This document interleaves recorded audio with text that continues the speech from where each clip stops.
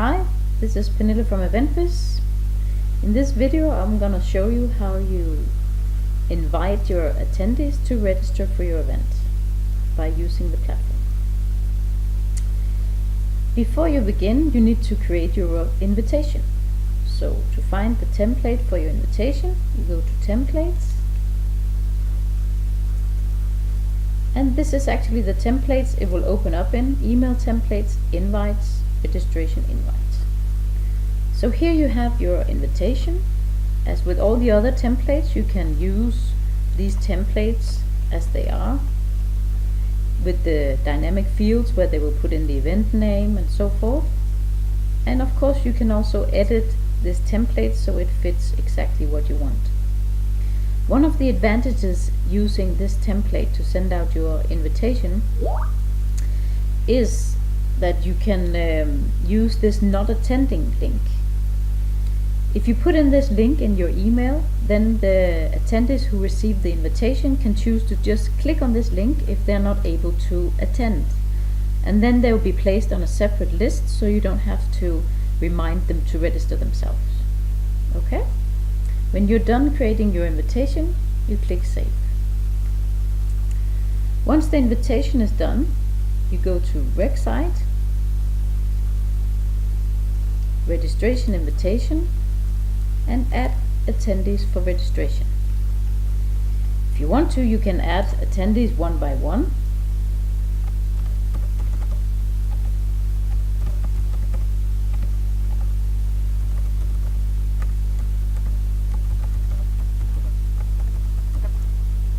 This, add. Or of course, if you have a lot of people to invite, it's much easier to use a CSV file. So you just go to Tools, you say Import. If you already prepared your file, you just upload it here. It needs to be a CSV file, and if you have a Mac computer, use this format UTF-8. The file needs to consist of at least a first name and an email address. You can also click here, Download File Template, to get our template to use.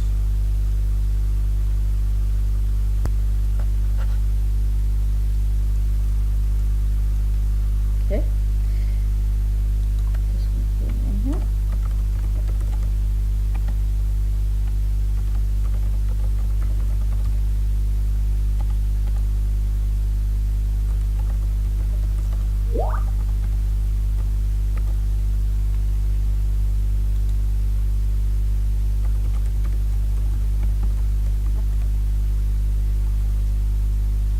And then you click Save.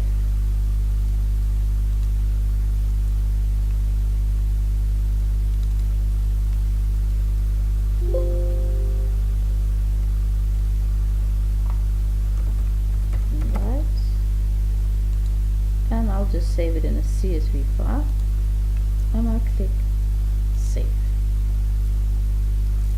Okay, so I go back to the system. Excel file is set to, so try to see how it looks. I'll go again, select File,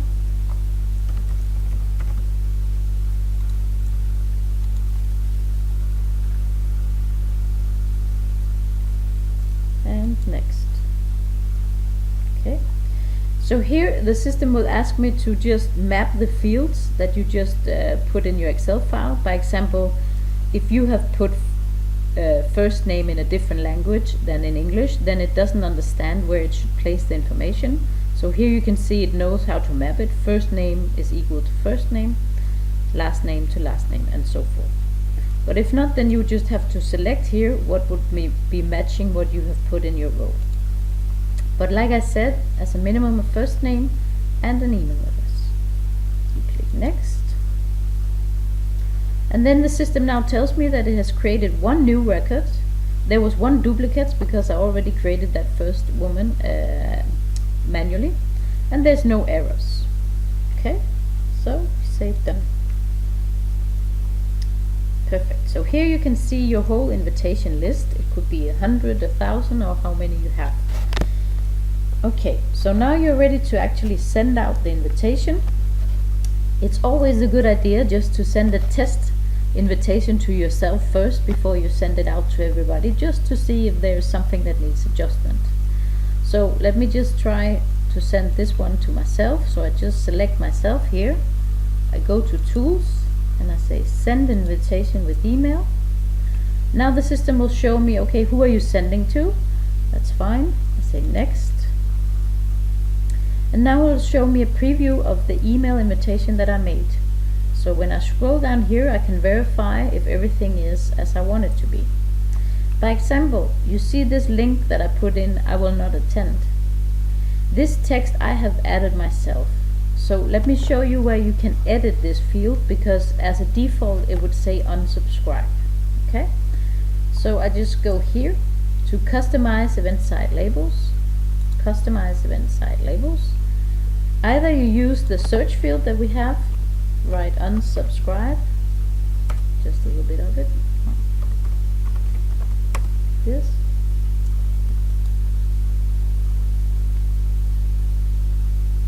okay, go to customize event site labels, you go to general registration, scroll down, and there you have it here. This label, unsubscribe, I have created it for I will not attend, so it matches better. But this is where you can find and create the label. Okay, so once you've done your adjustments, go back to registration invitation, go to add attendees for registration, and you just do it one more time. It's already selected me, so I go to tools, send invitation with email, next, check out the email, it's fine, and then I'm ready to actually send it. So I say next, and done. So now I received an email in my mailbox, and if I can't make it, I can click directly on not attending, and then the system will place my name here in the not attending list. But right now you can see that I'm not any longer on this list. So that's why the system has placed me here in the not registered attendees list. Okay, so this is all the people that you have invited, but they still haven't given you an answer, meaning that they haven't said that they can't come, but they also haven't registered. So this is your way of controlling that, but keeping in mind who you need to maybe send a reminder when the closing date is coming up. So maybe a few days before latest date of registration, I would go here, check out not registered attendees, then I would say select all, and then I go to tools again, and then I can just choose resend invitation by email, and I will go through the same flow as I did just before. Maybe before you can just adjust your invitation a little bit, so changing the comment field or the top field, maybe saying that last chance to register or something like that. Okay? But now you send out all your invitations, so you're just ready now for people to nice and easy go and register themselves. You keep track of your registrations up here in the free registration if you have a free event. If it's a billing event, it would say the billing module here. Free registration, you go to order history. Okay, so in the order history here you would see all the people who have registered for your event. If this attendee calls you and says she's not able to come anyway, then you just click here on the archive and she will be removed from the system. If you want to keep her on this order status page but still not as an active attendee, then you can just click here on completed and change the status to cancelled. Then this person will still be removed from the attendee list, but you would still be able to see the person here. Okay, I think that's what I wanted to say for the registration invitation. The only thing you need now before you send out your invitations is to have the registration confirmation email set. This confirmation email depends on what kind of event you set up, so please have a look in our separate video on registration confirmation emails. Thank you for watching.